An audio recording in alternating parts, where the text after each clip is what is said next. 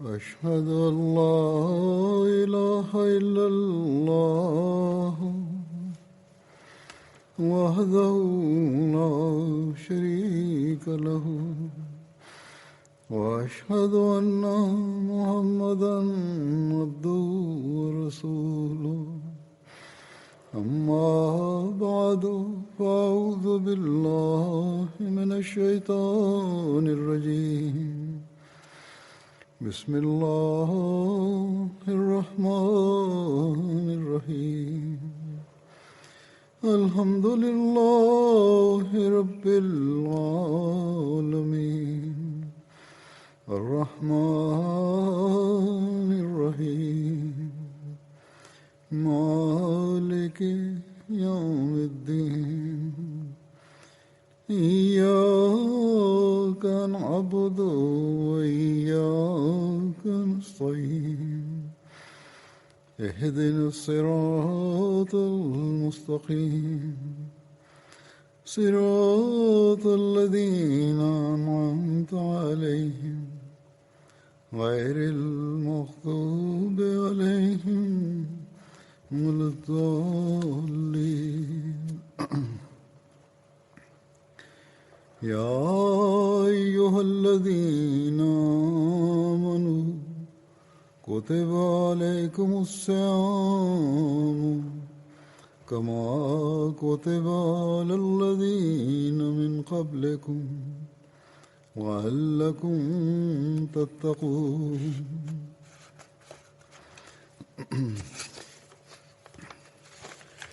أيام معدودات فمن كان منكم مريضا وعلى سفر فعدة من أيام أخر وعلى الذين يطيقونه فدية طعام مسكين ومن تطوع خيرا فهو خير الله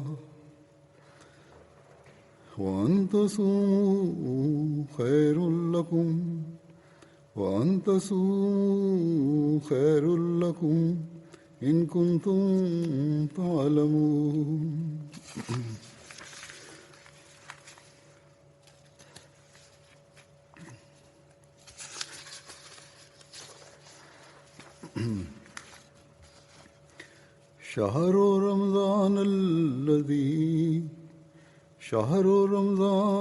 شهر رمضان الذي أنزل فيه القرآن هدى للناس وبينات من الهدى والفرقان فمن شهد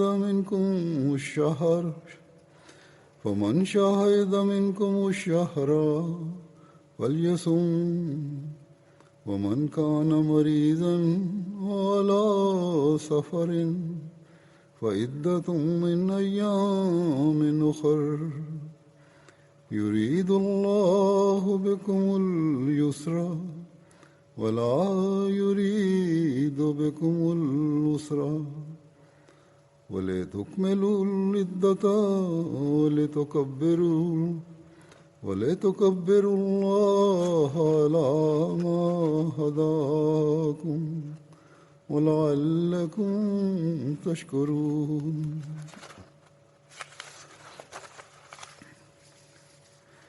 وإذا سألك عبادي أني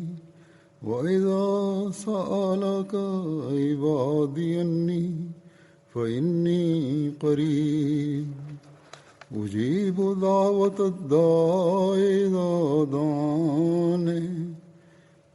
أجيب دعوة الداع إذا دعاني فليستجيبوا لي وليؤمنوا بي لعلهم يرشدون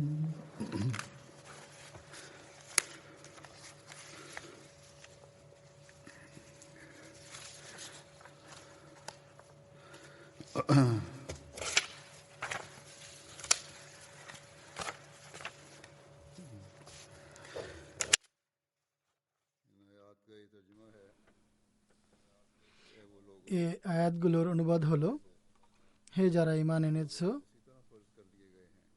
তোমাদের জন্য সেভাবে রোজা বিধিবদ্ধ করা হলো যেভাবে তোমাদের পূর্ববর্তীদের জন্য বিধিবদ্ধ করা হয়েছিল, যেন তোমরা তাকওয়া অবলম্বন করতে পারো। হাতে গোনা কয়েকটি দিন মাত্র, তবে তোমাদের মাঝে যে অসুস্থ অথবা সফরে থাকে তাকে অন্য সময়ে রোজার সংখ্যা পূর্ণ করতে হবে। আর যারা এর সামর্থ্য রাখে না তাদের ফিদিয়া হলো একজন দরিদ্রকে আহার্য দান। অতএব যে স্বতঃস্ফূর্তভাবে ভালো কাজ করে তা তার জন্য উত্তম। আর তোমরা যদি জানতে তাহলে বুঝতে পারতে রোজা রাখাই তোমাদের জন্য উত্তম। রমজান সেই মাস যাতে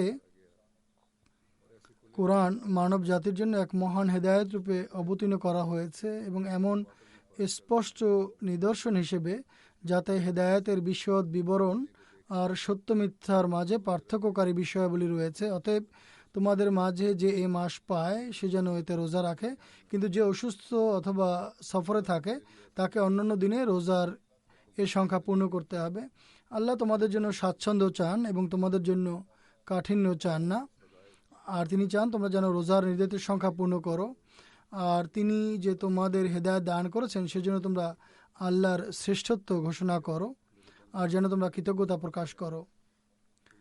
আর আমার বান্দারা যখন আমার সম্বন্ধে তোমাকে জিজ্ঞেস করে তখন বলো, নিশ্চয়ই আমি নিকটেই আছি, আমি প্রার্থনাকারীর প্রার্থনার উত্তর দিই যখন সে আমার কাছে প্রার্থনা করে। অতএব তারাও যেন আমার ডাকে সাড়া দেয় এবং আমার প্রতি ঈমান আনে যাতে তারা সঠিক পথ পায়।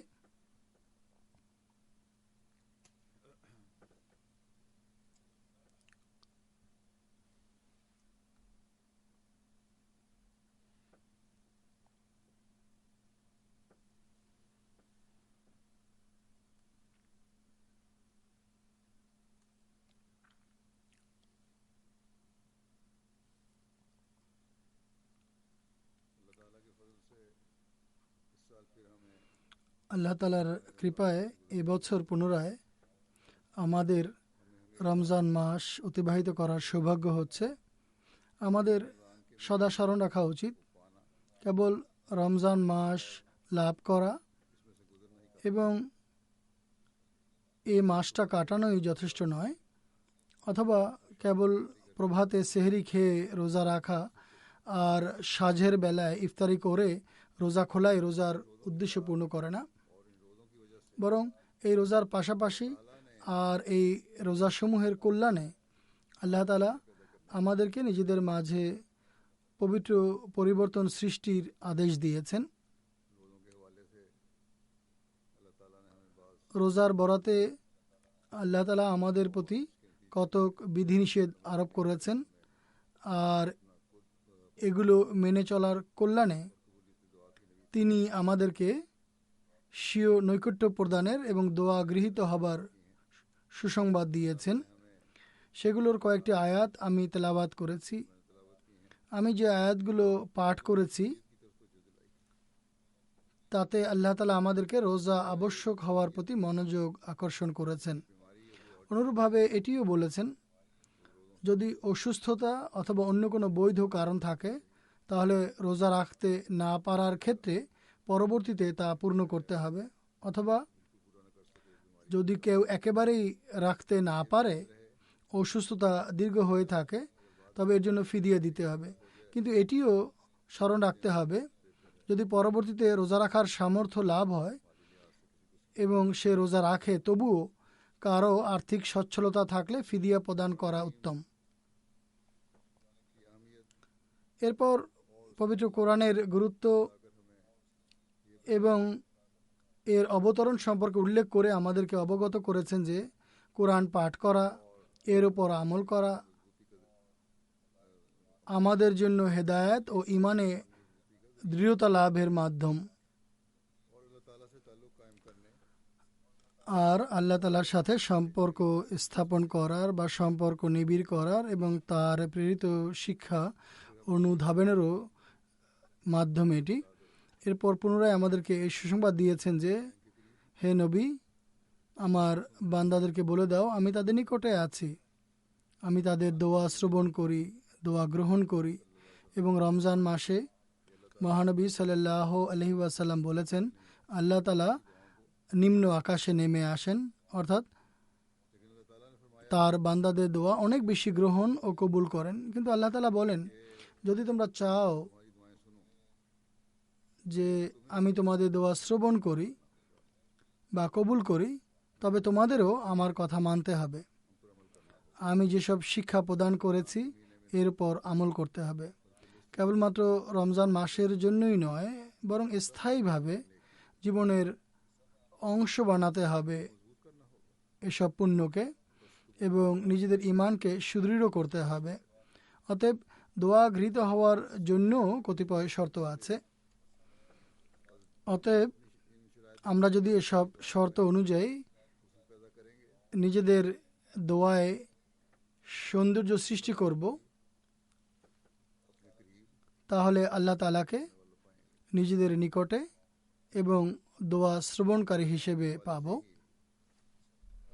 এখন আমি দোয়ার প্রেক্ষাপটেই হযরত মসিহ মাউদ আলাইহিস সালাতু ওয়াস সালামের কতিপয় উদ্ধৃতি উপস্থাপন করে দোয়ার গুরুত্ব এবং আমাদের ব্যবহারিক অবস্থায় যে পরিবর্তন আনা উচিত সে সম্পর্কে, দোয়া গৃহীত হওয়ার শর্তাবলী কি এবং এর দর্শন ও এর গভীরতা সম্পর্কে তিনি আলাইহিস সালাতু ওয়াস সালাম যা বর্ণনা করেছেন সেখান থেকে কিছু উপস্থাপন করব। আমাদের মধ্যে এমন অনেকে আছেন যারা ভাষাভাবে দোয়া করে, আবার বলে আল্লাহ তাআলা আমাদের দোয়া কবুল করেননি। যেন আল্লাহ তাআলাকে আমরা একটি কাজ করতে বলেছি আর তার সেটি মানা উচিত ছিল, করা উচিত ছিল। যেন নাউজুবিল্লাহ আল্লাহ তাআলা তাদের আদেশ মানতে বাধ্য, যা ইচ্ছা তাই বলবে, যেভাবে চায় সেভাবে বলবে। তাদের কর্ম যেমনই হোক না কেন আল্লাহ তাআলা তাদের কথা শুনতে বাধ্য। আল্লাহ তাআলা সুস্পষ্টভাবে বলে দিয়েছেন এমনটি হবে না। প্রথমে তোমাদেরকে আমার কথা মানতে হবে, নিজেদের কর্মকাণ্ডকে কোরআনের শিক্ষা অনুযায়ী সাজাতে হবে। রমজান মাসে যখন পুণ্য কাজের একটি পরিবেশ সৃষ্টি হয়েছে, দরস তেলাওয়াত প্রভৃতির ব্যবস্থা চালু হয়েছে, তখন আমার পথ নির্দেশনা ও আদেশ নিষেধ দেখো, গভীরভাবে অভিনিবেশ করো, শ্রবণ করো এবং এর উপর আমল করো, অনুশীলন করো। নিজেদের ঈমানকে যাচাই করে দেখো যে তোমাদের ঈমান কতটা সুদৃঢ়, কতটা মজবুত। কোনো বিপদে পড়লে, পরীক্ষায় পড়লে ঈমান দোদুল্যমান হচ্ছে না তো? যা হোক, এটি এমন এক বিষয় যাতে প্রথমে বান্দাকে পদক্ষেপ নিতে হবে এবং যখন এটি চূড়ান্ত পর্যায়ে পৌঁছায় তখন আল্লাহ তাআলার কৃপা ও স্নেহ উদ্বেলিত হয়, তার দয়া উদ্বেলিত হয়। অতএব এই বিষয়টি অনুধাবন করা আমাদের জন্য একান্ত আবশ্যক। হযরত মসিহ মাউদ আলাইহিস সালাতু ওয়াস সালাম এক স্থানে বলেন, দোয়া ইসলামের বিশেষ গর্ব এবং মুসলমানরা এটি নিয়ে খুবই গর্বিত। কিন্তু স্মরণ রাখো, এই দোয়া মৌখিক বুলি আওড়ানোর নাম নয়, বরং এটি সেই বস্তু যার ফলে হৃদয় খোদা ভীতিতে পরিপূর্ণ হয়ে যায় এবং দোয়াকারীর আত্মা পানির মতো প্রবাহিত হয়ে খোদার দরবারে গিয়ে পৌঁছে এবং নিজ দুর্বলতা ও দোষ ত্রুটির জন্য সর্বশক্তিশালী ও মহাপরাক্রমশালী খোদার সমীপে শক্তি, সামর্থ্য ও ক্ষমা প্রার্থনা করে।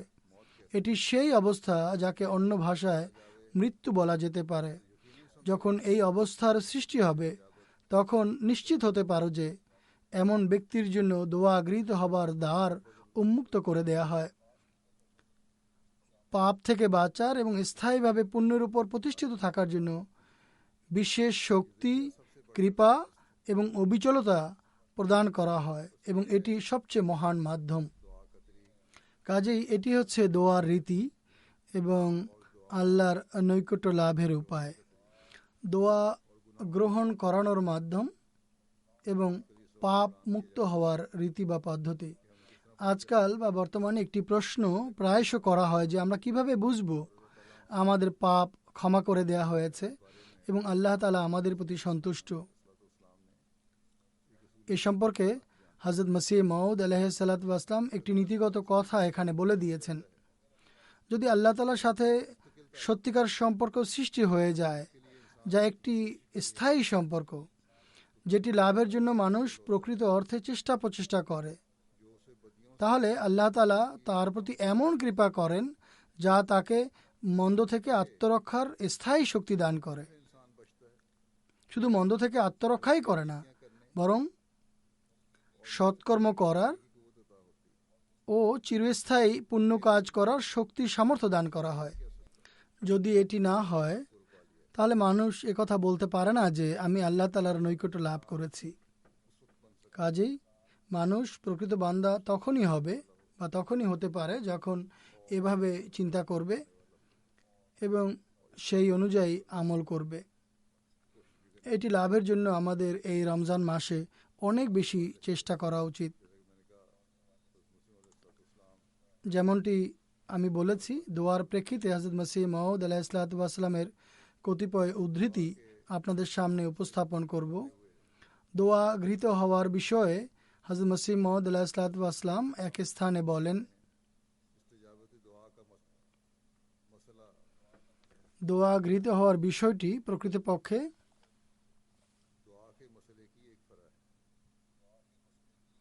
দোয়ারই একটি শাখা। আর এটি জানা কথা, যে ব্যক্তি মূলকে চেনে না বা বোঝে না, তার জন্য শাখা চিনতে বা বুঝতে সমস্যা হয় বা বুঝতে ভুল করে। কোনো বিষয়কে বোঝার জন্য সেটির মূলকে বুঝতে হয়। যদি মৌলিক বিষয়ই বোধগম্য না হয়, তাহলে সেটির তাত্ত্বিক দিক ও ব্যাখ্যা যতই দেয়া হোক না কেন, তা বোধগম্য হওয়া অসম্ভব।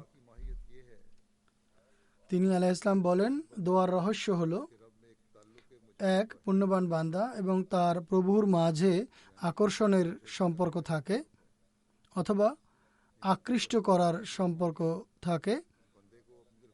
রহমানিয়ত বান্দাকে প্রথমে নিজের দিকে আকৃষ্ট করে, এরপর বান্দার আন্তরিকতাপূর্ণ চেষ্টার ফলে খোদা তাআলা তার নিকটবর্তী হন। যদি বান্দা নিষ্ঠা ও সততার সাথে চেষ্টা করে, তাহলে খোদা তাআলাও বান্দার নিকটবর্তী হয়ে যান। আর দোয়ার অবস্থায় এই সম্পর্ক একটি বিশেষ মানে উপনীত হয়ে স্বীয় বিস্ময়কর বৈশিষ্ট্য বা বিশেষত্ব প্রকাশ করে। অদ্ভুত ও অভাবনীয় বিশেষত্ব প্রকাশিত হয় যখন বান্দা কোনো কঠিন পরিস্থিতির সম্মুখীন হয়ে খোদা তাআলার প্রতি পরিপূর্ণ আস্থা এবং আশা ও পূর্ণ ভালোবাসা, পূর্ণ নিষ্ঠা ও সংকল্প নিয়ে তার প্রতি বিনত হয়। অন্যান্য বিষয়ের প্রতি যার পরনায় নিরাসক্তি দেখিয়ে আলস্যের পর্দা ছিন্ন করে আত্মনিবেদনের ময়দানে ক্রমাগতভাবে এগিয়ে যেতে থাকে, তখন সামনে সে আল্লাহ তাআলার দরবার দেখতে পায় আর সেখানে তার সাথে কোনো শরিক নেই।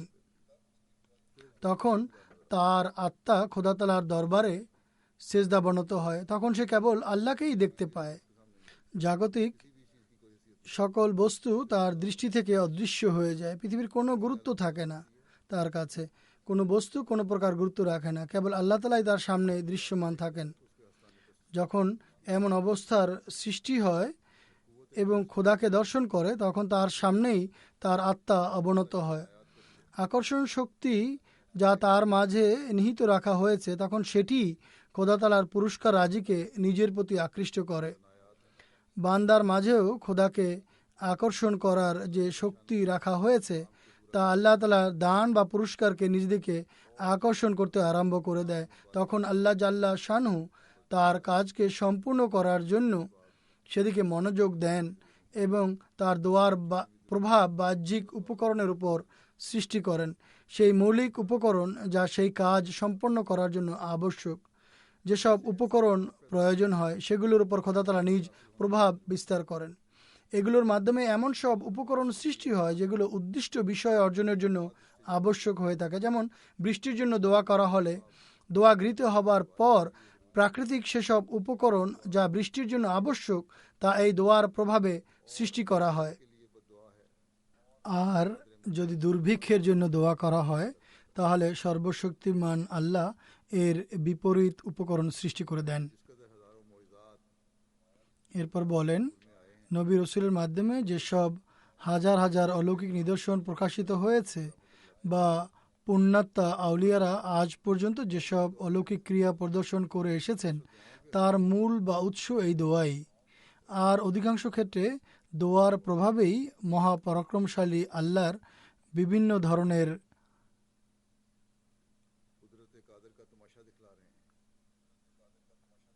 অলৌকিক লীলা প্রদর্শন করা হচ্ছে।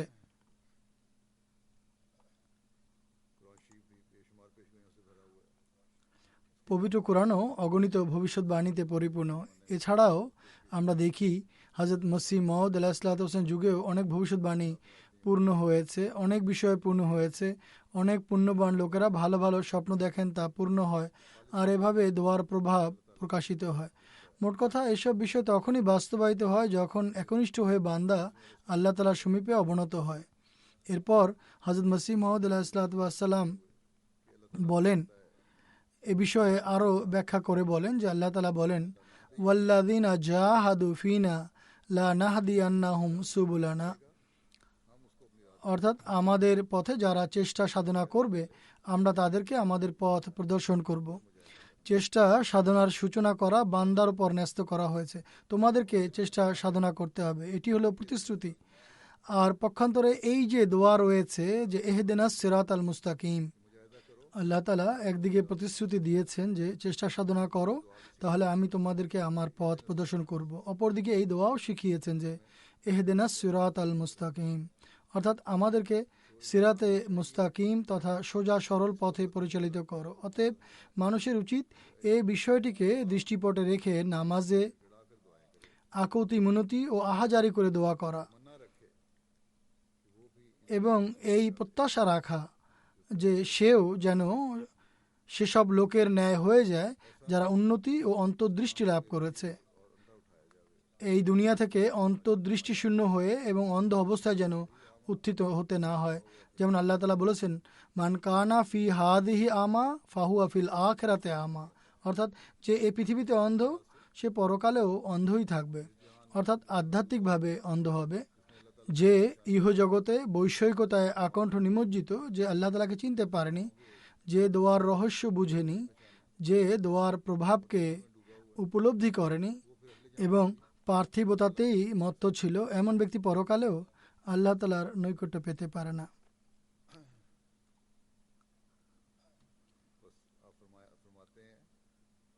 অতএব তিনি আলাইহিস সালাম বলেন, পরকালের প্রস্তুতি ইহজগৎ থেকেই আরম্ভ হওয়া উচিত, তাই এজন্য প্রস্তুতি নাও।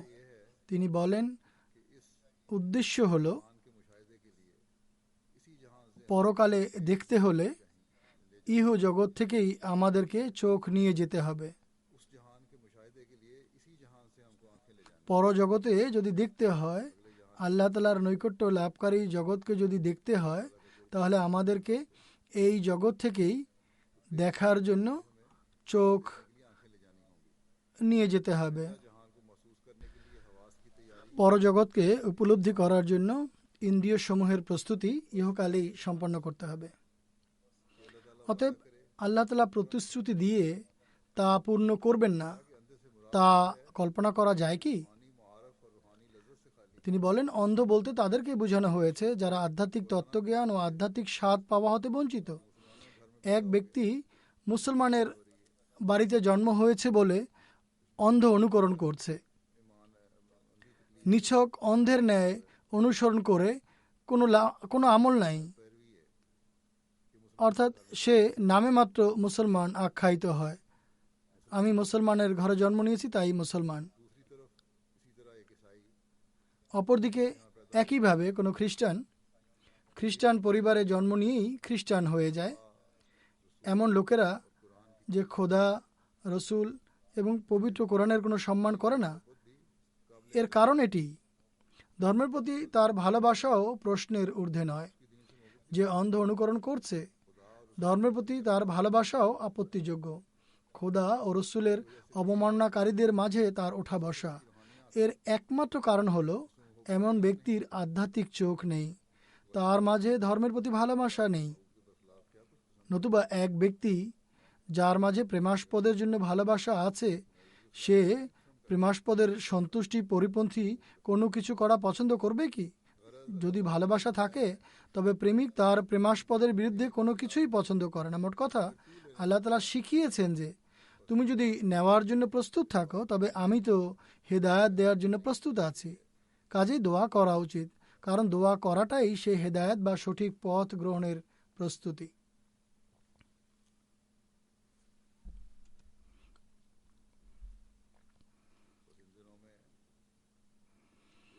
অতএব এই দিনগুলোতে ইহদিনাস সিরাত আল মুস্তাকিম এই দোয়াটি অনেক বেশি করুন। আল্লাহ তাআলা আমাদেরকে সরল সোজা পথে পরিচালিত করুন, হৃদয় সমূহকেও পবিত্র করে প্রকৃত বান্দায় পরিণত করুন এবং আল্লাহ তাআলার বান্দার অধিকার প্রদানকারী বানিয়ে দিন। উগ্রপন্থীরা আজকাল যেমনটি করছে তাদের মতো যেন আমরা না হয়ে যাই। আল্লাহ ও রসুলের নামে অত্যাচার চালানো হচ্ছে, নির্যাতন করা হচ্ছে।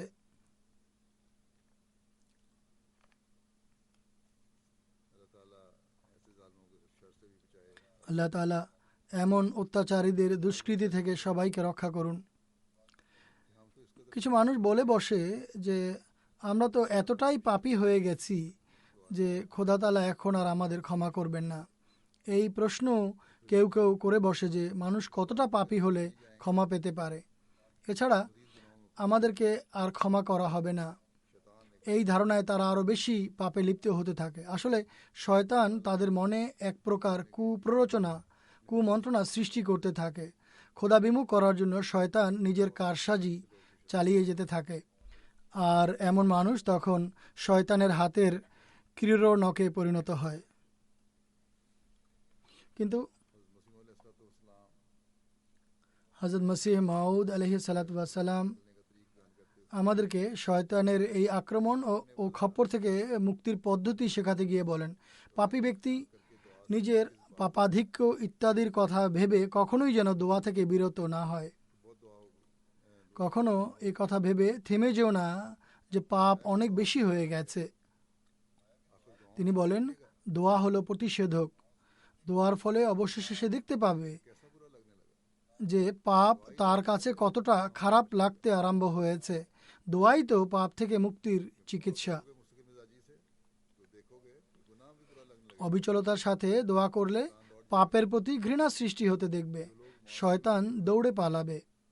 যারা অবাধ্যতায় নিমগ্ন হয়ে দোয়া কবুল হওয়ার ব্যাপারে নিরাশ হয়ে যায় এবং তওবার প্রতি মনোযোগ দেয় না, তারা অবশেষে নবী, রসুল ও তাদের পবিত্রকরণ প্রভাবও অস্বীকার করে বসে। এরপর তারা ধর্ম থেকেও ছিটকে পড়ে। এমন মানুষ ধর্ম থেকে দূরে সরে যায়, আর নবী রসুলদের থেকে দূরে যেতে যেতে অবশেষে নাস্তিক হয়ে যায়। অতএব ইসলাম এমন মানুষদেরও আশার কিরণ দেখায় যারা পাপে নিমজ্জিত, আর কিভাবে পাপ থেকে প্রত্যাবর্তন করতে হয় এই সুযোগ সৃষ্টির জন্যই, সেই পরিবেশ সৃষ্টির জন্যই আল্লাহ তাআলা প্রতি বছর আমাদেরকে এই রমজান মাস উপহার দেন। তাই এই মাস থেকে উপকৃত হওয়া উচিত, উপকৃত হওয়ার চেষ্টা করা উচিত। হযরত মসিহ মাউদ আলাইহিস সালাতু ওয়াস সালাম নিজের একটি ইলহাম উজিবু কুল্লা দুআয়েকা এর উল্লেখ করে বলেন, আমার সাথে আমার মহা সম্মানিত প্রভুর সুস্পষ্ট প্রতিশ্রুতি রয়েছে যে উজিবু কুল্লা দুআয়েকা, অর্থাৎ আমি তোমার প্রতিটি দোয়া কবুল করব। কিন্তু আমি খুব ভালোভাবে জানি যে কুল অর্থাৎ সব দোয়া বলতে সেসব দোয়া বোঝায় যা গৃহীত না হলে ক্ষতি হয়। প্রতিটি দোয়ার অর্থ এটি নয় যে প্রত্যেক দোয়াই গৃহীত হবে। প্রতিটি কথার অর্থ হলো যেসব দোয়া গৃহীত হলে ক্ষতি হয়। কিন্তু আল্লাহ তাআলা যদি তরবিয়ত ও সংশোধন করতে চান তাহলে প্রত্যাখ্যান করাই মূলত দোয়া গৃহীত হওয়া। কখনো কখনো মানুষ কোনো দোয়া করে ব্যর্থ হয় এবং ভাবে খোদা তাআলা দোয়া প্রত্যাখ্যান করেছেন, অথচ খোদা তাআলা তার দোয়া গ্রহণ করেন। সেই প্রত্যাখ্যানই আসলে দোয়া গৃহীত হওয়া বা দোয়া কবুল হওয়া। কেননা পর্দার অন্তরালে এবং প্রকৃতপক্ষে সেই দোয়া প্রত্যাখ্যাত হওয়ার মাঝেই তার মঙ্গল ও কল্যাণ নিহিত থাকে। মানুষ যেহেতু অদূরদর্শী এবং বাহ্যিকতার পূজারী হয়ে থাকে, তাই তার উচিত যখন সে আল্লাহ তাআলার কাছে কোনো দোয়া করে এবং তার আকাঙ্ক্ষা অনুযায়ী ফলাফল প্রকাশ না পায়, তখন সে যেন খোদার প্রতি এই কুধারণা পোষণ না করে যে তিনি আমার দোয়া শুনেননি।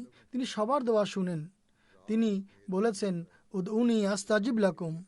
রহস্য ও ভেদ এটাই যে দোয়া প্রত্যাখ্যাত হওয়ার মাঝেই দোয়াকারীর কল্যাণ ও মঙ্গল নিহিত থাকে।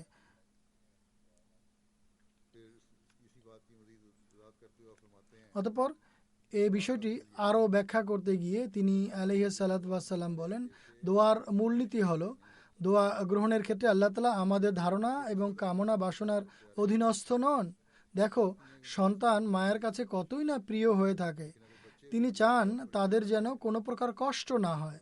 কিন্তু সন্তান যদি অনর্থক জেদ করে আর কেঁদে কেঁদে ধারালো ছুরি বা জ্বলন্ত অঙ্গার হাতে নিতে চায়, তাহলে মা সত্যিকার ভালোবাসা এবং প্রকৃত আন্তরিকতার কারণে কখনো কি চাইবে যে তার সন্তান জ্বলন্ত অঙ্গার হাতে নিয়ে হাত পুড়িয়ে ফেলুক বা ছুরির তীক্ষ্ণ ধারালো প্রান্ত দিয়ে হাত কেটে ফেলুক? কখনো নয়।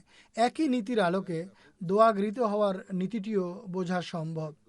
তিনি আলাইহিস সালাম বলেন, এই বিষয়ে আমার ব্যক্তিগত অভিজ্ঞতা রয়েছে। দোয়ায় ক্ষতিকর কোনো দিক থাকলে সেই দোয়া আদৌ গৃহীত হয় না। আমার সমস্ত দোয়াই গৃহীত হয়েছে এমন নয়, আল্লাহ তাআলাই ভালো জানেন। তিনি অদৃশ্যের সংবাদ রাখেন।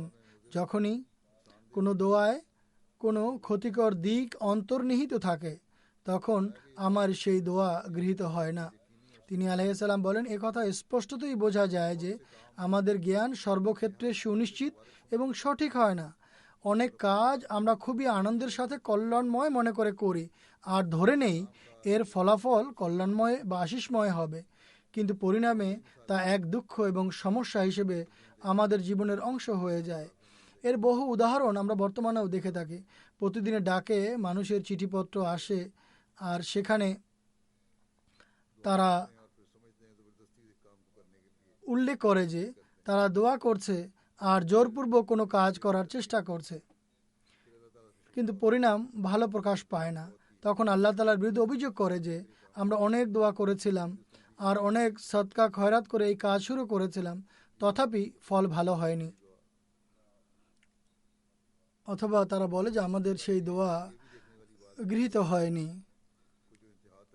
প্রথম কথা হলো এটি দেখতে হবে যে দোয়া যা পরম মার্গে পৌঁছানো আবশ্যক তা পৌঁছানো হয়েছে কিনা।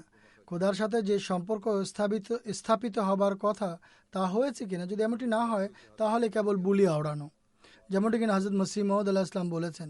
আর যদি দোয়াকে পরম মার্গে পৌঁছানো হয়ে থাকে আর এরপর আল্লাহ তাআলা সেই কাজকে প্রত্যাখ্যান করেন অথবা এর কোনো উত্তম ফলাফল প্রকাশিত না হয়, তাহলে ধরে নিতে হবে এতেই খোদার সুপ্ত প্রজ্ঞা নিহিত, এর মাঝেই মানুষের জন্য কল্যাণ নিহিত।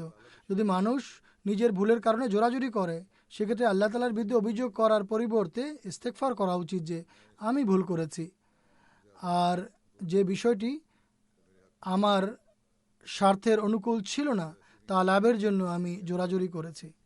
কতক এমনও রয়েছেন যারা দোয়া করে বলেন, আল্লাহ গ্রহণ করো, যদি কল্যাণকর না হয় তবুও কবুল করো। কতক বিয়ে শাদীর ক্ষেত্রেও এরূপ ঘটেছে। আল্লাহ তাআলা তার দোয়া গ্রহণ করেছেন আর তার পছন্দসই জায়গায় বিয়েও হয়েছে, কিন্তু এর কিছুদিন পর বিচ্ছেদ হয়ে গেছে। এরূপ দোয়া করা উচিত নয়। অনেক সময় আল্লাহ তাআলা মানুষকে শিক্ষা দেওয়ার জন্য তার কিছু দোয়া কবুল করে থাকেন, যা তার জন্য আসলে কল্যাণকর হয় না, কিন্তু যখন পরিণাম প্রকাশিত হয়, ফলাফল প্রকাশিত হয়, তখন সে তওবা ও ইস্তেগফার করে। যা হোক, তিনি আলাইহিস সালাম বলেন, মোট কথা মানুষের সকল কামনা বাসনা সম্পর্কে আমরা নিশ্চিতভাবে বলতে পারি না যে তা সবই যথাযথ এবং সঠিক, কেননা ভুল করা মানুষের বৈশিষ্ট্য। ভুল ভ্রান্তি মানুষেরই হয়ে থাকে, তাই এমনটা হওয়া উচিত এবং হয়, অর্থাৎ কিছু কামনা বাসনা বা চাওয়া পাওয়া ক্ষতিকর হয়ে থাকে। আল্লাহ তাআলা যদি তা সেভাবেই গ্রহণ করে নেন, তাহলে তা খোদার রহমতের মর্যাদার সুস্পষ্ট পরিপন্থী।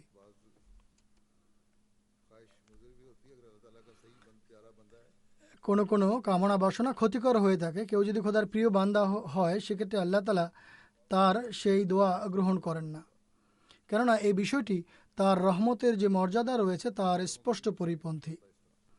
তিনি তার প্রিয় বান্দাদের এভাবে কখনো ক্ষতি হতে দেন না। তিনি আলাইহিস সালাম বলেন, এটি এক সত্য এবং সুনিশ্চিত বিষয়, আল্লাহ তাআলা তার বান্দার দোয়া শোনেন এবং সেগুলোকে কবুলিয়তের মর্যাদা দান করেন, কিন্তু গণহারে সব দোয়া গ্রহণ করেন না বা প্রত্যেকের দোয়া গ্রহণ করেন না, কেননা আবেগের আতিশয্যে মানুষ অনেক সময় চূড়ান্ত পরিণতি ও পরিণামের উপর দৃষ্টি রাখে না আর দোয়া করতে থাকে। এর চূড়ান্ত পরিণাম কি দাঁড়াবে সে ব্যাপারে তার কোনো চিন্তাই থাকে না, কিন্তু আল্লাহ তাআলা, যিনি প্রকৃত শুভাকাঙ্ক্ষী ও পরিণামদর্শী, তিনি এসব ক্ষতি ও মন্দ পরিণামকে দৃষ্টিপটে রেখে যা এই দোয়া গৃহীত হওয়ার ফলে দোয়াকারী ভোগ করতে পারে তা প্রত্যাখ্যান করে দেন। আর এই দোয়া প্রত্যাখ্যাত হওয়াই তার জন্য দোয়া গৃহীত হওয়ার নামান্তর। তার প্রিয় বান্দাদের ক্ষেত্রে এটিই খোদা তাআলার রীতি। অতএব আল্লাহ তাআলা এমন দোয়া কবুল করে থাকেন যার ফলে মানুষ বিভিন্ন বিপদ আপদ ও দুঃখ কষ্ট থেকে নিরাপদ থাকে, কিন্তু ক্ষতিকর দোয়াগুলোকে আল্লাহ তাআলা প্রত্যাখ্যান করার আদলে গ্রহণ করে নেন। তিনি আলাইহিস সালাম বলেন, আমার উপর অনেকবার এই ইলহাম হয়েছে, যেমনটি পূর্বে বলা হয়েছে, উজিবু কুল্লা দোয়াইকা, অর্থাৎ আমি তোমার প্রতিটি দোয়া কবুল করব। অন্য ভাষায় এভাবে বলা যায় যে প্রত্যেকে এমন দোয়া যা উদ্দিষ্ট কাজের ক্ষেত্রে কল্যাণকর ও উপকারী তা গৃহীত হবে। অর্থাৎ তিনি আলাইহিস সালাম এর এই ব্যাখ্যা প্রদান করেছেন যে যে দোয়া কল্যাণকর তা কবুল করা হবে। তিনি বলেন, এই বিষয়টি আমার হৃদয়পটে জাগ্রত হতেই আমার আত্মা আনন্দে উদ্বেলিত হয়ে ওঠে। প্রথম দিকে 25-30 বছর পূর্বে যখন আমার প্রতি প্রথম এই ইলহাম হয়, তখন আমি পরম আনন্দিত হই যে আল্লাহ তাআলা আমার দোয়া যা আমার বা আমার বন্ধুদের জন্য করা হবে তা অবশ্যই কবুল করবেন। এরপর আমি চিন্তা করি যে এক্ষেত্রে কৃপণতা প্রদর্শন উচিত নয়, কেননা এটি একটি ঐশী অনুগ্রহ বা পুরস্কার, এবং আল্লাহ তাআলা মুত্তাকিদের সম্পর্কে বলেছেন, ওয়া মিম্মা রাযাকনাহুম ইউনফিকুন। অতএব আমি আমার বন্ধুদের জন্য এই নীতি অবলম্বন করে রেখেছি যে তারা আমাকে স্মরণ করাক বা না করাক, কোনো গুরুতর বিষয় উপস্থাপন করুক বা না করুক, কঠিন বিষয় উপস্থাপন করুক বা না করুক, তাদের ধর্মীয় ও জাগতিক কল্যাণের জন্য দোয়া করা হয়। দোয়া গৃহীত হওয়ার শর্ত সম্পর্কে ব্যাখ্যা করতে গিয়ে তিনি আলাইহিস সালাম বলেন, এই বিষয়টিও গভীর মনোযোগ সহকারে শোনা উচিত যে দোয়া কবুলিয়তের জন্যও কিছু শর্ত রয়েছে। তার মধ্যে কতক দোয়াকারীর সাথে সংশ্লিষ্ট এবং কতক যারা দোয়া করায় তাদের সাথে। যারা দোয়া করায় তাদের জন্য আবশ্যক হলো তারা যেন আল্লাহ তাআলার ভয় ও ভীতিকে দৃষ্টিপটে রাখে। এটি অত্যন্ত গুরুত্বপূর্ণ বিষয়। যে দোয়া করার জন্য বলে তার জন্য আবশ্যক হলো সে যেন সর্বদা আল্লাহ তাআলার ভয় ও ভীতিকে দৃষ্টিপটে রাখে এবং তার ব্যক্তিগত অমুখাপেক্ষিতাকে যে সর্বদা ভয় করে। একথা যেন স্মরণ রাখে যে আল্লাহ তাআলা অমুখাপেক্ষী। সর্বদা তার হৃদয়ে আল্লাহ তাআলার ভয় থাকা উচিত। আর শান্তিপ্রিয়তা ও খোদা তাআলার ইবাদতকে নিজেদের রীতিনীতি বানিয়ে নেয়, এগুলি খুবই গুরুত্বপূর্ণ বিষয়। শান্তিপ্রিয়তা ও খোদা তাআলার ইবাদতকে যেন নিজের অভ্যাসে পরিণত করে, তাকওয়া ও সততার মাধ্যমে যেন খোদাকে সন্তুষ্ট করে। এমন অবস্থায় দোয়ার জন্য কবুলিয়তের দ্বার উন্মুক্ত করে দেয়া হয়। যখন এরূপ অবস্থার সৃষ্টি হবে আর এইসব শর্ত পূর্ণ হবে, তখন আল্লাহ তাআলার দোয়া কবুলিয়তের দ্বার খুলে দেয়া হয়। আর সে যদি খোদা তাআলাকে অসন্তুষ্ট করে, তার সাথে সম্পর্ক নষ্ট করে ও যুদ্ধে লিপ্ত হয়, অর্থাৎ আল্লাহ তালার নির্দেশাবলী যদি মেনে না চলে, আল্লাহর প্রাপ্য ও বান্দার প্রাপ্য অধিকার প্রদান না করে, সেক্ষেত্রে তার দুষ্কৃতি ও মন্দকর্ম দোয়া কবুলিয়তের পথে একটি বড় প্রতিবন্ধক বা প্রাচীর ও পাথরের ন্যায় দাঁড়িয়ে যায়। অর্থাৎ প্রাচীর হয়ে দাঁড়াবে, প্রতিবন্ধক হয়ে দাঁড়াবে, বড় পাথরের ন্যায় দাঁড়িয়ে যাবে এবং দোয়া কবুলিয়তের দ্বার তার জন্য রুদ্ধ হয়ে যায়।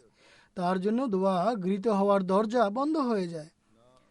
তার নিজের দোয়াও গৃহীত হয় না, আর যার মাধ্যমে সে দোয়া করায় তার দোয়াও তার পক্ষে গৃহীত হয় না। তিনি আলাইহিস সালাম বলেন, অতএব আমাদের বন্ধুদের জন্য আবশ্যক হলো তারা যেন আমাদের দোয়াসমূহকে বিনষ্ট হওয়া থেকে রক্ষা করে এবং এ পথে কোনো প্রকার প্রতিবন্ধকতা সৃষ্টি না করে যা তাদের বৃথা কর্মের মাধ্যমে সৃষ্টি হতে পারে। যদি এই কর্ম সঠিক না হয়, তাহলে আমার দোয়াও তোমাদের অনুকূলে গৃহীত হবে না, বরং তোমাদের কর্ম দোয়া গৃহীত হওয়ার পথে বাদ সাধবে। এরপর দোয়া গৃহীত হওয়ার জন্য এটিও আবশ্যক যে মানুষ যেন বিশ্বাসের দিক থেকে দৃঢ় হয়। এটি মৌলিক শর্ত। এছাড়া তারা যেন সৎকর্মশীল হয়। সৎকর্মের বিষয়টি পূর্বে উল্লেখ করা হয়েছে, যেভাবে আল্লাহ তাআলা বলেছেন, আমার ডাকে সাড়া দাও এবং আমার নির্দেশ মান্য করো। আল্লাহ তাআলার কথা বা নির্দেশাবলীর ইতিবাচক উত্তর দেয়া এবং সেগুলোর অনুসরণ করা, এটি একটি মৌলিক বিষয় এবং দোয়া গৃহীত হওয়ার জন্য আবশ্যকীয় শর্ত। এই বিষয়টি সুস্পষ্ট করতে গিয়ে হযরত মসিহ মাউদ আলাইহিসসালাম বলেন, এটি সত্য কথা, যে ব্যক্তি কর্মের সাহায্য নেয় না সে দোয়া করে না, বরং আল্লাহকে পরীক্ষা করে। তাই দোয়া করার পূর্বে নিজের সমস্ত শক্তি প্রয়োগ করা আবশ্যক। আর এ দোয়ার এটি অর্থ। প্রথমে নিজের বিশ্বাস এবং কর্মের প্রতি বিশ্লেষণাত্মক দৃষ্টি রাখা মানুষের জন্য আবশ্যক, কেননা উপকরণের ভিত্তিতে অবস্থার সংশোধন করাই হলো আল্লাহর রীতি।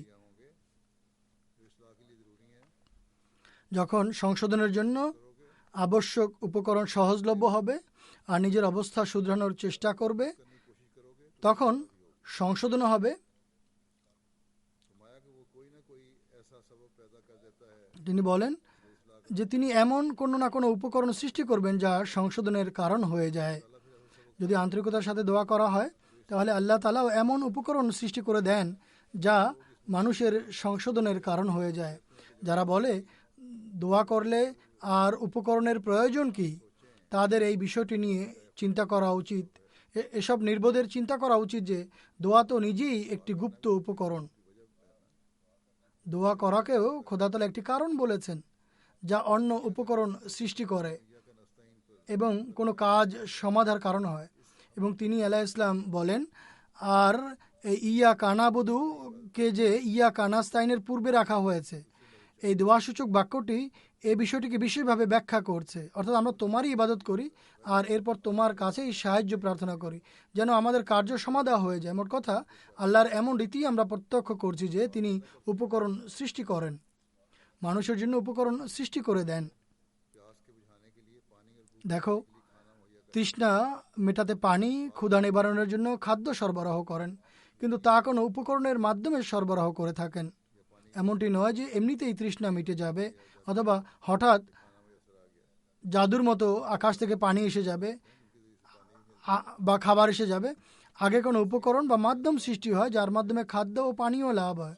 অতএব উপকরণের রীতি এভাবেই কাজ করছে, আর অবশ্যই উপকরণ সৃষ্টি হয়, কেননা এ দুটি খোদা তাআলার নাম।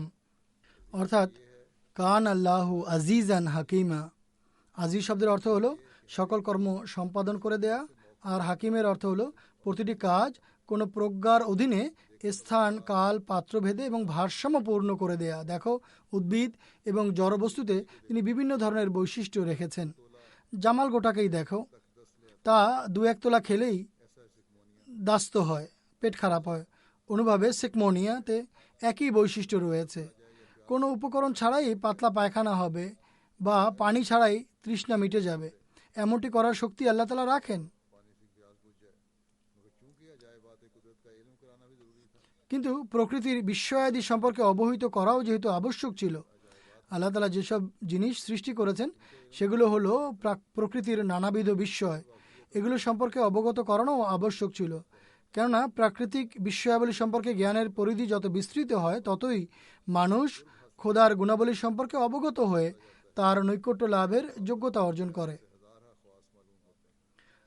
চিকিৎসা শাস্ত্র ও জ্যোতির্বিদ্যা থেকে শত সহস্র বৈশিষ্ট্য সম্পর্কে জানা যায়। মানুষ যদি আত্মিক চোখ দিয়ে দেখে তাহলে যেসব জিনিস সৃষ্টি করা হয়েছে সেই প্রত্যেক সৃষ্টি বা প্রতিটি বস্তু দেখে একজন একত্ববাদী বিজ্ঞানী সেটিতে গভীর মনোনিবেশ করার মাধ্যমে আল্লাহ তাআলার সত্তা সম্পর্কে প্রমাণ লাভ করে আর তার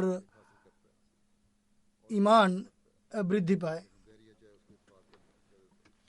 কিন্তু একজন নাস্তিক একে কাকতালীয় ঘটনা আখ্যা দেয়। যা হোক, তিনি আলাইহিস সালাম বলেন, আল্লাহ তাআলার প্রকৃতির বিস্ময়াদি দেখানোর কারণই হলো মানুষ যেন বুঝতে পারে যে প্রতিটি জিনিসেরই একটি উদ্দেশ্য রয়েছে।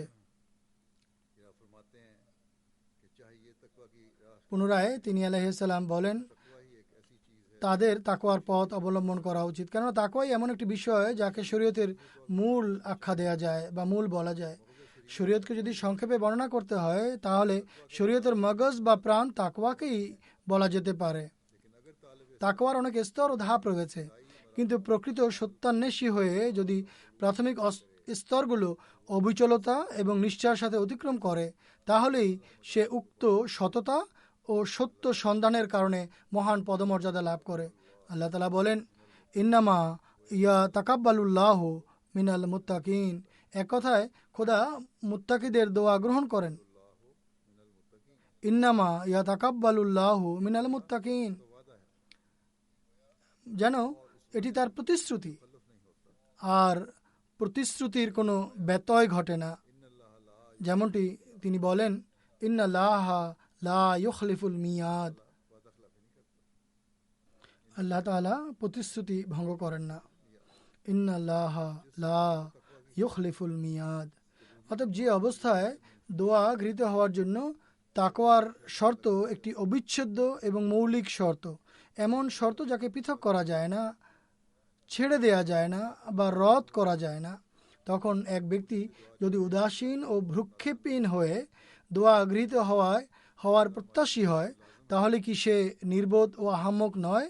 তাই তাকওয়ার পথে যথাসাধ্য পদচারণা করা আমাদের জামাতের প্রত্যেক সদস্যের জন্য আবশ্যক, যেন তারা দোয়া গৃহীত হওয়ার স্বাদ ও আনন্দ পেতে পারে আর ঈমান বৃদ্ধি পায়।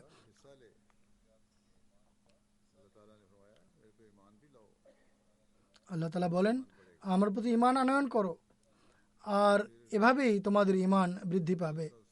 এরপর হযরত মসিহ মাউদ আলাইহিস সালাম রহম বা দয়ার প্রকার ভেদ বর্ণনা করতে গিয়ে বলেন, স্মরণ রাখতে হবে রহম বা দয়া দু ধরনের বা দু প্রকার হয়ে থাকে, একটি রহমানিয়ত আর অন্যটি রহিমিয়ত নামে আখ্যায়িত।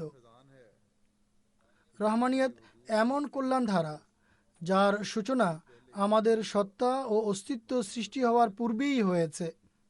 উদাহরণস্বরূপ আল্লাহ তাআলা সূচনাতেই তার আদি জ্ঞানের মাধ্যমে অবলোকন করে এমন স্বর্গ মত্ত পার্থিব ও ঐশী উপকরণ সৃষ্টি করেছেন যার সবই আমাদের প্রয়োজন এবং আমাদের কাজে আসে। এসব উপকরণ থেকে সাধারণত মানুষই উপকৃত হয়। ছাগল, ভেড়া ও অন্যান্য জীবজন্তু এসবই যেখানে মানুষের জন্য উপকারী প্রাণী, তারা কি কখনো লাভবান হয়? এসব কিছু মানুষের উপকারের জন্যই সৃষ্টি করা হয়েছে, তারা কিভাবে লাভবান হবে? দেখো, দৈহিক বিষয়ে মানুষ কতই না সুস্বাদু ও উন্নত মানের খাদ্য ভক্ষণ করে। মানুষের জন্য উন্নত মানের মাংস, কিন্তু উচ্ছিষ্ট ও হাড়গোড় হলো কুকুরের জন্য। দৈহিকভাবে মানুষ যে স্বাদ ও মজা পায় তাতে যদিও জীবজন্তু অন্তর্ভুক্ত, কিন্তু মানুষ তাহাতে বেশি লাভবান হয়। আর আধ্যাত্মিক স্বাদের ক্ষেত্রে তো জীবজন্তুরা অংশীদারই নয়। আধ্যাত্মিক স্বাদ কেবলমাত্র মানুষের জন্যই, জীবজন্তু তো এতে অন্তর্ভুক্তই নয়। অতএব এই হলো দু ধরনের কৃপা। একটি হলো সেটি যা আমাদের অস্তিত্বের সূচনার পূর্বেই সৃষ্টি করে রাখা হয়েছে, অর্থাৎ পূর্বেই আল্লাহ সৃষ্টি করে রেখেছেন। বিভিন্ন মৌলিক বস্তু বা এলিমেন্ট এবং এ ধরনের অন্যান্য উপকরণ সৃষ্টি করা হয়েছে যা আমাদের কল্যাণে নিয়োজিত। এগুলো আমাদের সত্তা, আকাঙ্ক্ষা ও দোয়ারও পূর্বের জিনিস, আমাদের সৃষ্টিরও পূর্বের বস্তু এগুলো।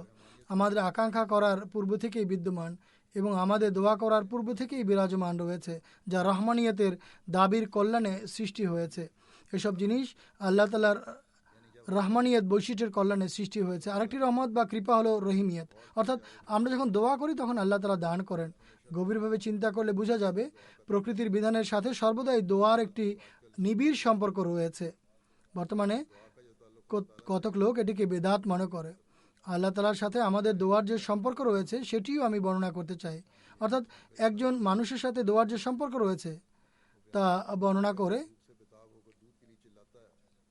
তিনি আলাইহিস সালাম বলেন, একটি শিশু যখন ক্ষুধায় ব্যাকুল হয়ে দুধের জন্য চিৎকার ও আহাজারি করে তখন মায়ের স্তনে সবেগে দুধ নেমে আসে। শিশু দোয়ার নামও জানে না, কিন্তু তার চিৎকার দুধকে কিভাবে টেনে আনে এর অভিজ্ঞতা সবারই আছে। অনেক সময় দেখা যায় মায়েরা স্তনে দুধের উপস্থিতি অনুভবও করে না, কিন্তু শিশুর চিৎকার দুধকে টেনে আনে।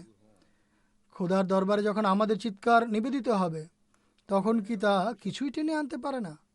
আসে, আর সব কিছুই আসে, কিন্তু যারা পণ্ডিত ও দার্শনিক সেজে বসে আছে এমন দৃষ্টি প্রতিবন্ধীরা তা দেখতে পায় না। শিশুর সাথে মায়ের যে সম্পর্ক, সেই সম্পর্ক ও সম্বন্ধ মাথায় রেখে মানুষ যদি দোয়ার দর্শনের বিষয়ে পরিধান করে তাহলে এটি অত্যন্ত সহজ ও সরল বিষয় মনে হয়। দ্বিতীয় ধরনের রহম বা দয়া এই শিক্ষা দেয় যে একটি রহম বা দয়া যাচনার পর সৃষ্টি হয়, চাইতে থাকবে, পেতে থাকবে। উদউনি আস্তাজিব লাকুম। এটি কোনো বাগাড়ম্বরতা নয়, বরং মানব প্রকৃতির একটি আবশ্যিক দিক। এই বিষয়টির গুরুত্ব বর্ণনা করতে গিয়ে তিনি আলাইহিস সালাতু ওয়াস সালাম আরও বলেন যে যাচনা করা মানুষের বৈশিষ্ট্য, আর আহ্বানে মানুষের ডাকে সাড়া দেয়া এটি আল্লাহ তাআলার কাজ। তিনি আলাইহিস সালাম বলেন, চাওয়া বা যাচনা করা মানুষের বৈশিষ্ট্য, আর সাড়া দেয়া আল্লাহ তাআলার গুণ। যে এটি বুঝে না এবং স্বীকার করে না সে মিথ্যাবাদী। শিশুর যে দৃষ্টান্ত আমি দিয়েছি, অর্থাৎ তিনি আলাইহিস সালাম পূর্বেই দিয়েছেন, তা দোয়ার দর্শনকে সুস্পষ্টভাবে প্রদর্শন করে। রহমানিয়ত ও রহিমিয়ত দুটি পৃথক বিষয় নয়। কাজেই যে ব্যক্তি একটিকে বাদ দিয়ে অন্যটির সন্ধান করে সে তা পেতে পারে না। রহমানিয়ত বৈশিষ্ট্যের দাবি হলো আমাদের মাঝে রহিমিয়ত বৈশিষ্ট্যকে কাজে লাগানোর শক্তি সৃষ্টি করা। আল্লাহ তাআলার রহমানিয়ত হলো তিনি আমাদের পথ দেখিয়ে দিয়েছেন, বলে দিয়েছেন এবং উপকরণও দিয়ে দিয়েছেন। এছাড়া তার যেসব জিনিস চেয়ে নিতে হবে সেটির জন্য উদ্যম উদ্দীপনা সৃষ্টি করেন, এবং এজন্য রহমানিয়ত দোয়া করানো এবং আল্লাহ তাআলার রহিমিয়ত লাভ করার জন্য উপকরণ সৃষ্টি করে। তিনি আলাইহিস সালাম বলেন, যে এমনটি করে না সে এই নিয়ামতকে অস্বীকার করা। ইয়্যা কানাবুদুর অর্থ হলো যেসব বাহ্যিক উপায় উপকরণ তুমি দান করেছো সেগুলোকে কাজে লাগিয়ে আমরা তোমার ইবাদত করি। আমরা সেই বাহ্যিক উপকরণের মাধ্যমে তোমার ইবাদত করি।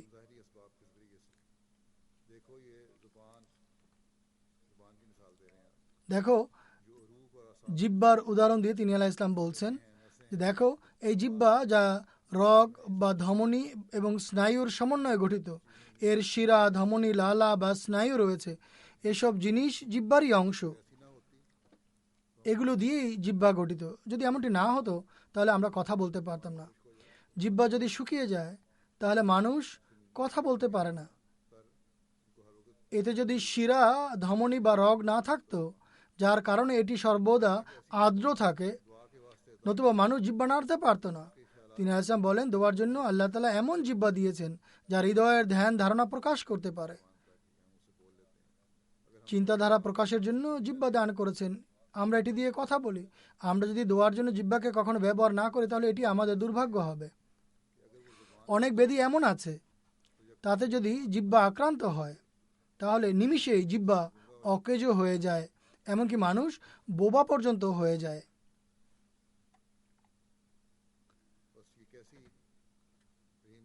অতএব এটি কত মহান রহিমিয়ত বা দয়া যে তিনি আমাদের জিহ্বা দিয়েছেন। জিহ্বা দেওয়ার বিষয়ে এখানে আমার মতে সম্ভবত হুজুর বলছেন যে রহমানিয়ত শব্দ হবে। যা হোক, আল্লাহ তাআলা জিহ্বা দিয়ে রেখেছেন, এটিও তার রহমানিয়ত। অনুরূপভাবে আমাদেরকে এটি ব্যবহারের পদ্ধতি বা রীতিও শিখিয়েছেন। এটি যে আমরা ব্যবহার করি তাও রহমানিয়ত। কোনোভাবে কানের গঠনে যদি কোনো পার্থক্য সৃষ্টি হয় তাহলে কিছুই শোনা সম্ভব হয় না। হৃদয়ের অবস্থাও একই। এতে বিগলন ও আকতি মিনতির অবস্থা এবং চিন্তাভাবনা ও পরিধানের শক্তি রাখা হয়েছে। রোগাক্রান্ত হলে এর প্রায় সবই অকেজো হয়ে যায়। উম্মাদ বা পাগলদেরকে দেখো, তাদের শক্তি বৃত্তি কিভাবে অকার্যকর হয়ে যায়। খোদা প্রদত্ত এইসব নিয়ামতের মূল্যায়ন করা কি আমাদের জন্য আবশ্যক নয়?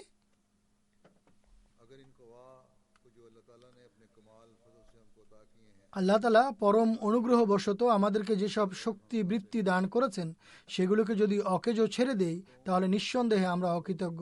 কাজেই স্মরণ রেখো, আমরা যদি আমাদের শক্তি ও সামর্থ্যকে কাজে না লাগিয়ে দোয়া করি তাহলে দোয়া কোনোই কল্যাণ সাধন করতে পারে না।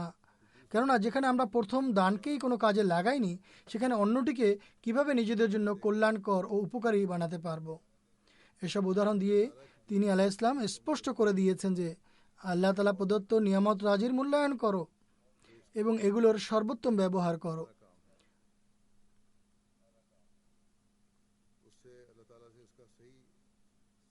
আল্লাহ তালার কাছে এগুলোর সঠিক ব্যবহার রীতি যাচনা করো। এমনটি হলে এক বান্দা ইবাদতের প্রকৃত দায়িত্ব পালন করতে সক্ষম হবে, খোদা প্রদত্ত নিয়ামত রাজির কৃতজ্ঞতা জ্ঞাপন করতে পারবে। আর এই কৃতজ্ঞতাই পরবর্তীতে আল্লাহ তালার অনুগ্রহকে আকর্ষণ করে আর রহমানিয়তের কল্যাণে প্রদত্ত উপকরণাদি এরপর রহমিয়ত থেকেও অংশ লাভ করে এবং মানুষ দোয়া গৃহীত হওয়ার দৃশ্য অবলোকন করে। অতঃপর বিষয়টি আরও স্পষ্ট করতে গিয়ে তিনি আলাইহিস সালাম বলেন, অতএব ইয়া কানাবুদু বলছে, হে রাব্বুল আলামিন, তোমার প্রথম দানকেও আমরা অকেজো হতে দেইনি ও নষ্ট করিনি। ইহদিনা সিরাতাল মুস্তাকিমের মাঝে এ শিক্ষা দিয়েছেন যে মানুষ যেন খোদা তাআলার কাছে সত্যিকার অন্তর্দৃষ্টি যাচনা করে, কেননা যদি তার অনুগ্রহ ও কৃপা সাহায্য না করে তাহলে দুর্বল মানুষ এমন আধার ও অমানিসার জালে বন্দী যে সে দোয়াই করতে পারে না। আল্লাহ তাআলার অনুগ্রহ যে তিনি তাকে পথ প্রদর্শন করে থাকেন এবং তিনি সাহায্য করেন, নতুবা মানুষ তো অক্ষম, সে তো জগতের মোহে আচ্ছন্ন ও জগতের অন্ধকারে অমানিসায় নিমজ্জিত, সে তো দোয়ার সুযোগই লাভ করতে পারে না। অতএব যতক্ষণ মানুষ খোদা তাআলার সেই অনুগ্রহকে যা রহমানিয়তের কল্যাণে সে লাভ করেছে কাজে লাগিয়ে দোয়া না করবে ততক্ষণ কোনো উত্তম ফলাফল লাভ হতে পারে না। মানুষকে সর্বাবস্থায় সেই অন্ধকার থেকে মুক্তি লাভের জন্য আল্লাহ তাআলার কাছে দোয়া করতে হয়। তিনি আলাইহিস সালাম বলেন, আমি দীর্ঘদিন পূর্বে ব্রিটিশ আইনে দেখেছিলাম যে তাকাভি অর্থাৎ কৃষি ঋণের জন্য প্রথমে কিছু সম্পদ দেখানো আবশ্যক হয়ে থাকে। তাকাভি হলো এক প্রকার কৃষি ঋণ যা কৃষকরা গ্রহণ করে থাকে। এখানেও মানুষ ঋণ নেয়, এখানেও মর্গেজ ইত্যাদি মানুষ নিয়ে থাকে, তাতেও নিজের পকেট থেকে কিছু না কিছু অর্থ জমা করাতে হয় অথবা কোনো জামানত দিতে হয় বা কোনো সম্পত্তি দেখানো আবশ্যক হয়ে থাকে, অর্থাৎ কার্যত কিছু উপস্থাপন করতে হয়। অনুরূপভাবে প্রকৃতির বিধানের প্রতি লক্ষ্য করে দেখো, আমরা পূর্বেই যা কিছু পেয়েছি তা কতটা কাজে লাগিয়েছি। যদি বুদ্ধি, চেতনা, চোখ ও কান থাকা সত্ত্বেও পদস্খলিত না হয়ে থাকো আর নির্বুদ্ধিতা ও উন্মাদনার প্রতি আকৃষ্ট না হয়ে থাকো তাহলে দোয়া করো, ফলে আরও বেশি ঐশী কৃপা লাভ করবে। আল্লাহ তাআলা যে নিয়ামত রাজি প্রদান করেছেন তাতে যদি পদস্খলিত না হয়ে থাকো তাহলে আল্লাহ তাআলার কাছে এসব নিয়ামতকে স্মরণ করে দোয়া করো, তাহলে ঐশী অনুগ্রহ আরও বৃদ্ধি পাবে। নতুবা এটি কেবল বঞ্চনা ও দুর্ভাগ্যের লক্ষণ। যদি নিয়ামত রাজির সঠিক ব্যবহার না করে থাকো তাহলে দোয়া কোনো উপকারে আসে না, বরং বঞ্চনা ও দুর্ভাগ্যই মানুষের অদৃষ্ট হয়ে থাকে। অতএব এর প্রতি আমাদের গভীরভাবে দৃষ্টি দেওয়া উচিত। এরপর তিনি আলাইহিস সালাম বলেন, প্রকৃতিতে দোয়া গৃহীত হওয়ার বিভিন্ন দৃষ্টান্ত বিদ্যমান, আর সব যুগেই আল্লাহ তাআলা জীবন্ত বা নিত্য নতুন আদর্শ প্রেরণ করেন। এই জন্যই তিনি ইহদিনা সিরাতাল মুস্তাকিম সিরাত আল্লাযীনা আনআমতা আলাইহিম দোয়া শিখিয়েছেন। এটি খোদা তাআলার অভিপ্রায় ও নিয়ম, আর কেউ তা পরিবর্তন করতে পারে না। এহদিনাস সিরাত আল মুস্তাকিম দোয়ায় যে শিক্ষা রয়েছে তা হলো আমাদের কর্মকে তুমি পরিপূর্ণ ও সম্পূর্ণ করো, অর্থাৎ আমাদের কর্মকে পরম মার্গে উপনীত করো। এই শব্দগুলোর প্রতি গভীরভাবে প্রণিধানে বোঝা যায় যে বাহ্যত এই আয়াতের শব্দাবলীর মাধ্যমে দোয়া করার নির্দেশ দেওয়া হয়েছে, অর্থাৎ বাহ্যত এতে দোয়া করার নির্দেশ দেওয়া হয়েছে। সিরাতে মুস্তাকিম বা সঠিক পথ যাচনার শিক্ষা দেওয়া হয়েছে, কিন্তু এর পূর্বে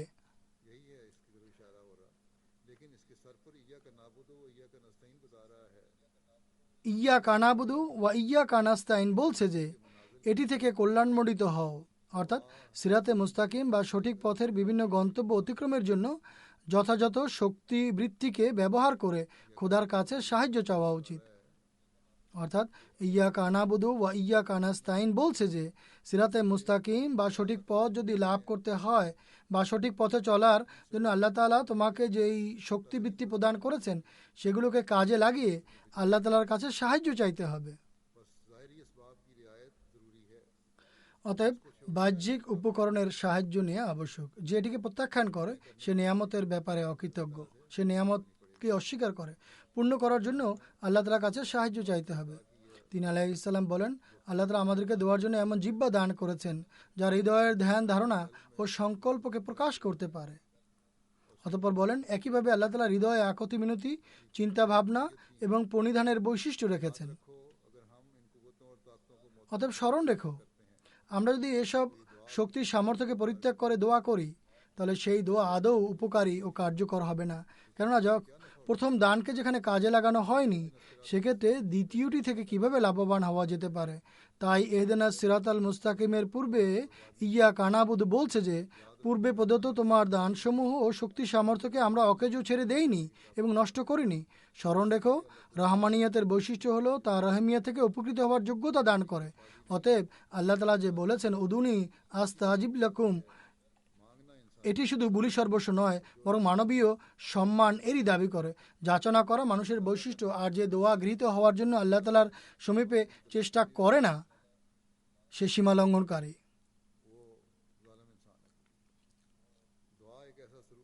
অর্থাৎ যে দোয়া গ্রহণ করানোর বিষয়ে সচেষ্ট থাকে না সে জালেম। দোয়া এমন এক তৃপ্তিকর অবস্থার নাম যে আমার আক্ষেপ হয় জগৎবাসীকে আমি কোন ভাষায় এই পরম আনন্দ ও স্বাদ সম্পর্কে বুঝাবো। এই অনুভূতি কেবল অনুভব করলেই লাভ হয়। সার কথা হলো, দোয়ার আবশ্যকীয় উপকরণগুলোর মাঝে প্রধানত যা আবশ্যক তা হলো সৎকর্মশীল হওয়া ও ঈমান সৃষ্টি করা। কেন যে ব্যক্তি নিজ বিশ্বাসে সংশোধন করে না এবং সৎকর্মের ভিত্তিতে কার্য সাধন করে না কিন্তু দোয়া করে, এমন ব্যক্তি যেন আল্লাহ তাআলার পরীক্ষা নেয়। অতএব মূল কথা হলো ইহদিনা সিরাতাল মুস্তাকিম, এই দোয়ার উদ্দেশ্য হলো আমাদের কর্মসমূহকে তুমি পূর্ণতা দাও, উৎকর্ষ করো। এরপর সিরাত আল্লাযিনা আনআমতা আলাইহিম বলে আরও সুস্পষ্ট করা হয়েছে যে আমরা সেই সুপথে পরিচালিত হতে চাই যা পুরস্কারপ্রাপ্ত শ্রেণীর পথ। আমাদেরকে অভিশপ্তদের পথ থেকে রক্ষা করো, অপকর্মের কারণে যাদের উপর ঐশী ক্রোধ বর্ষিত হয়েছিল। আর আদ-দাল্লিন বলে এই দোয়া শেখানো হয়েছে যে তোমার সাহায্য হারা হয়ে আমরা বিভ্রান্ত অবস্থায় ঘুরে বেড়াবো, এরূপ অবস্থা থেকেও আমাদেরকে রক্ষা করো। অর্থাৎ তোমার সাহায্য ব্যতীত পথভ্রান্ত অবস্থায় ঘুরে বেড়ানোর হাত থেকেও আমাদেরকে রক্ষা করো। অতএব সূরা ফাতিহা যখন পড়বেন এভাবে পরিধান করে দোয়াও করা উচিত। এরপর তিনি আলাইহিস সালাম দোয়ার উপকরণের অপরিহার্যতার কথা উল্লেখ করে আরও বলেন, শোনো, সেই দোয়া যার জন্য উদউনি আস্তাজিব লাকুম বলা হয়েছে এর জন্য এই প্রকৃত প্রেরণাই প্রয়োজন। যদি সেই বিগলন এবং আকুতি মিনতিতে মজ্জা না থাকে তাহলে তা ট্যাটা বা বুলি সর্বস্ব বই আর কিছু নয়। এছাড়া কেউ হয়তো বলতে পারে যে উপকরণ ব্যবহার করা আবশ্যক নয়। এটি একটি ভুল ধারণা। শরীয়ত উপকরণ ব্যবহারে বারণ করেনি। আর সত্যি বলতে দোয়া কি উপকরণ নয়? অথবা উপকরণ কি দোয়া নয়? উপকরণ সন্ধান করা নিঃসত্তায় এক দোয়া, আর দোয়া স্বয়ং এক মহান উপকরণের ঝর্ণাধারা। মানুষের বাহ্যিক গঠন, তার দু হাত দু পায়ের গঠন, পরস্পরের সহযোগিতার বিষয়ে একটি স্বভাবজ দিক নির্দেশনা। এই দৃশ্য যেখানে স্বয়ং মানুষের মাঝে বিদ্যমান সেখানে এটি কতটা বিস্ময়কর ও আশ্চর্যের কথা যে তাআওয়ানু আলাল বিররি ওয়াত তাকওয়ার অর্থ বুঝতে তার সমস্যা হবে। হ্যাঁ, আমি কথাও বলি যে উপকরণের সন্ধানও তোমরা দোয়ার মাধ্যমেই করো।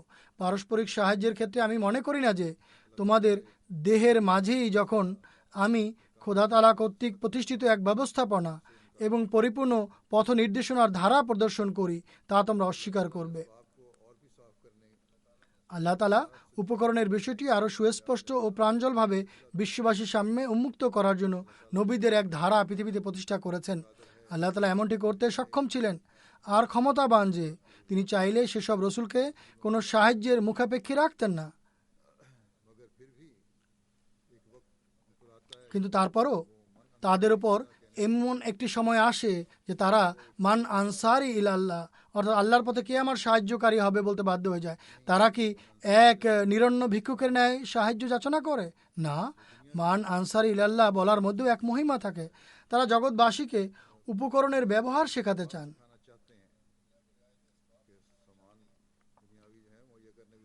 এসব জাগতিক বস্তু বা সামগ্রী সরবরাহ করাও আবশ্যক, যা দোয়ারই একটি শাখা, নতুবা আল্লাহ তাআলার প্রতি তাদের পূর্ণ ঈমান আর তার প্রতিশ্রুতির প্রতি তাদের পূর্ণ আস্থা থাকে। তারা জানে যে আল্লাহ তাআলার প্রতিশ্রুতি রয়েছে, ইন্না লা নানসুরু রুসুলানা ওয়াল্লাযিনা আমানু ফিল হায়াতিদ দুনিয়া, অর্থাৎ আমরা আমাদের রসুলদেরকে এবং তাদের প্রতি ঈমান আনয়নকারীদেরকে এই পৃথিবীতে অবশ্যই সাহায্য করব। তিনি আলাইহিস সালাম বলেন, এটি একটি নিশ্চিত এবং চিরসত্য প্রতিশ্রুতি। আমি তো বলবো, খোদা তাআলা যদি কারোর হৃদয়ে সাহায্যের প্রেরণা না যোগান তাহলে কেউ কিভাবে সাহায্য করতে পারে? সুতরাং নবীদেরও উপায় উপকরণের প্রয়োজন হয়, কিন্তু তারা আল্লাহ তাআলার দরবারে বিনত হন আর এরপর আল্লাহ তাআলাই তাদের জন্য উপায় উপকরণ সৃষ্টি করে দেন, মানুষের হৃদয়ে প্রেরণা সঞ্চার করেন এবং সুলতানে নাসির বা সাহায্যকারী প্রেরণ করেন যারা তার কাজকে সামনে এগিয়ে নিয়ে যায়। দোয়ার বরাতে নামাজের উদ্দেশ্য ও গুরুত্ব বর্ণনা করতে গিয়ে হযরত মসিহ মাউদ আলাইহিস সালাম বলেন, নামাজের মূল উদ্দেশ্য এবং লক্ষ্য হলো দোয়া, আর দোয়া করা একান্ত আল্লাহর প্রকৃতির বিধান সম্মত।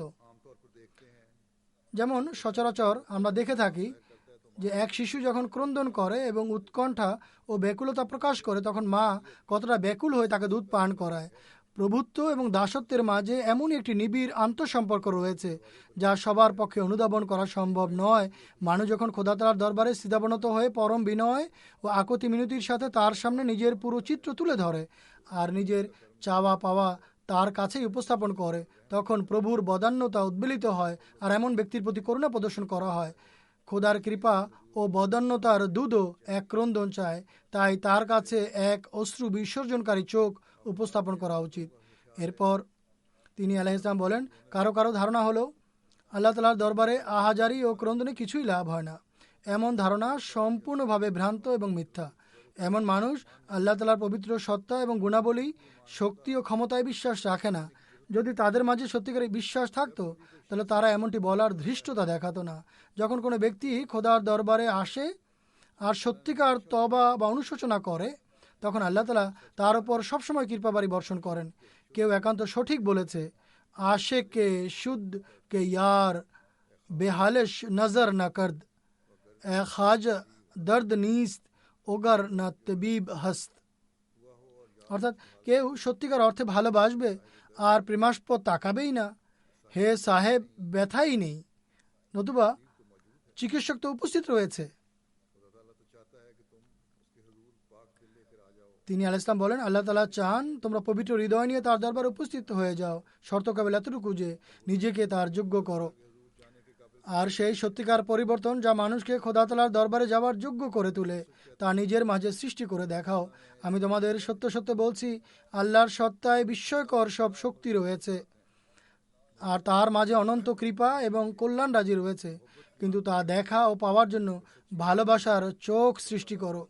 যদি সত্যিকার ভালোবাসা থাকে তাহলে আল্লাহ তাআলা অনেক বেশি দোয়া গ্রহণ করেন এবং সাহায্য সমর্থন করেন। এরপর তিনি আলাইহিস সালাম বলেন, মুমিনদের পরিচয় তুলে ধরতে গিয়ে আল্লাহ তাআলা বলেন, ইয়াযকুরুন আল্লাহ কিয়ামান ওয়া কুউদাও ওয়া আলা জুনুবিহিম ওয়া ইয়াতাফাক্কারুনা ফি খালকিস সামাওয়াতি ওয়াল আরদ রব্বানা মা খালাকতা হাযা বাতিলা, অর্থাৎ মুমিন হলো তারা যারা আল্লাহকে দাঁড়ানো ও বসা অবস্থায় এবং নিজেদের বিছানায় শায়িত অবস্থাতেও স্মরণ করে। আর নভমণ্ডল ও ভূমণ্ডলে যেসব অদ্ভুত সৃষ্টি রয়েছে সেগুলো সম্পর্কে চিন্তা ভাবনা ও পরিধান করতে থাকে। আর যখন খোদার সৃষ্টির সূক্ষ্ম রহস্য তাদের কাছে উন্মোচিত হয় তখন তারা বলে, হে আমাদের প্রভু প্রতিপালক, তুমি এসব বৃথা সৃষ্টি করনি। অর্থাৎ যারা বিশেষ মুমিন তাদের সৃষ্টিকে বোঝা ও জ্যোতির্বিজ্ঞানের রহস্য উদ্ঘাটনের ক্ষেত্রে উদ্দেশ্য জগৎ পূজারী লোকদের ন্যায় কেবল এতটুকু নয় যে পৃথিবীর আকৃতি এরূপ, এর ব্যাস এতটা এবং এর মধ্যাকর্ষণ এমন, এর সূর্য চন্দ্র ও তারকারাজির সাথে এটির এরূপ সম্পর্ক রয়েছে, বরং তারা সৃষ্টির উৎকর্ষ অনুধাবনের পর এবং তার অন্তর্নিহিত বৈশিষ্ট্যাবলী প্রকাশিত হওয়ার অন্তরালে যে স্রষ্টা রয়েছেন তার দিকে প্রত্যাবর্তন করেন, তার প্রতি প্রত্যাবর্তন করেন এবং নিজ ইমানকে সুদৃঢ় করেন। অর্থাৎ যেমনটি আমি পূর্বেও বলেছি, জ্ঞান অর্জনের পর তারা খোদা তাআলার প্রতি বিনত হয়। এটি এক মুমিনের বিশেষ চিহ্ন এবং স্বতন্ত্র বৈশিষ্ট্য। এই কয়েকটি কথা আমি সেই মহান ধন ভাণ্ডার থেকে উপস্থাপন করলাম যা হযরত আকদাস মসিহ মাউদ আলাইহিসসালাম আমাদেরকে দান করেছেন, যার মাধ্যমে দোয়ার গুরুত্ব ও প্রজ্ঞা, দোয়া করার পদ্ধতি ও এর দর্শন সব বিষয়েই কিছু না কিছু আলোকপাত হয়। আমরা যদি এটি বুঝতে পারি, অনুধাবন করতে পারি, তবে আমরা আমাদের জীবনে এক বিপ্লব সাধন করতে পারব। খোদা তাআলার সাথে সম্পর্কের ক্ষেত্রে এক বিশেষ অবস্থা সৃষ্টি করতে পারব, আল্লাহ তাআলার কৃপা আকৃষ্ট করতে পারব।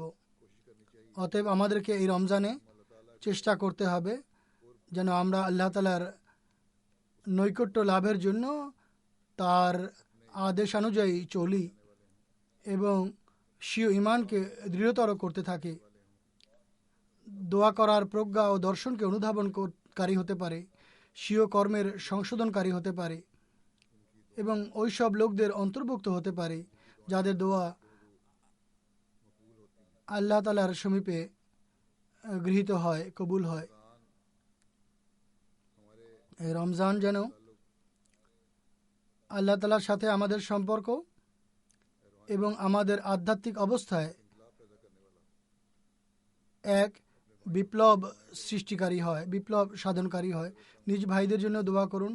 পূর্বেও আমি ক্রমাগতভাবে দোয়ার আহ্বান জানিয়ে আসি, পাকিস্তান হোক বা আলজেরিয়াতে বা অন্য যে কোনো স্থানে হোক না কেন, বিশেষভাবে জামাতি বা ধর্মীয় কারণে যে সমস্যাবলীতে জর্জরিত তার জন্য দোয়া করুন। পাকিস্তানে তো দৈনিকই কোনো না কোনো ঘটনা ঘটে থাকে,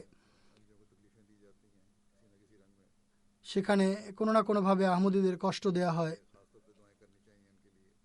তাই তাদের জন্য বিশেষভাবে দোয়া করা প্রয়োজন। অনুরূপভাবে আলজেরিয়াতেও সম্ভবত পুনরায় তাদের বিরুদ্ধে মামলা খোলার পায়তারা চলছে। আল্লাহ তাআলা তাদেরকেও সুরক্ষিত রাখুন। অন্যের জন্য দোয়া করলে নিজের দোয়া গৃহীত হয়, এই ব্যবস্থাপত্রটি আমাদের সর্বদা স্মরণ রাখা উচিত। বরং যারা অন্যদের জন্য দোয়া করে তাদের জন্য ফিরিশতারা দোয়া করে থাকে, আর ফিরিশতারা যদি দোয়া করে তাহলে এটি অনেক লাভজনক ব্যবসা। অতএব আমাদেরকে শুধু নিজেদের জন্য নয়, অন্যদের জন্য বিশেষভাবে অনেক দোয়া করা প্রয়োজন। আল্লাহ তাআলা আমাদেরকে এই রমজানে বিশেষভাবে এরও তৌফিক দান করুন।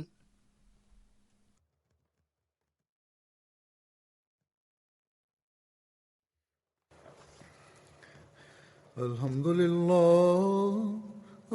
لله نحمده ونستعينه ونستغفره ونؤمن به ونتوكل عليه ونعوذ بالله من شرور أنفسنا ومن سيئات أعمالنا ومن يهده الله فلا مضل له ومن يضلل فلا هادي له ونشهد أن لا إله إلا الله ونشهد أن محمدا عبده ورسوله عباد الله رحمكم الله إن الله يأمر بالعدل والإحسان وإيتاء ذي القربى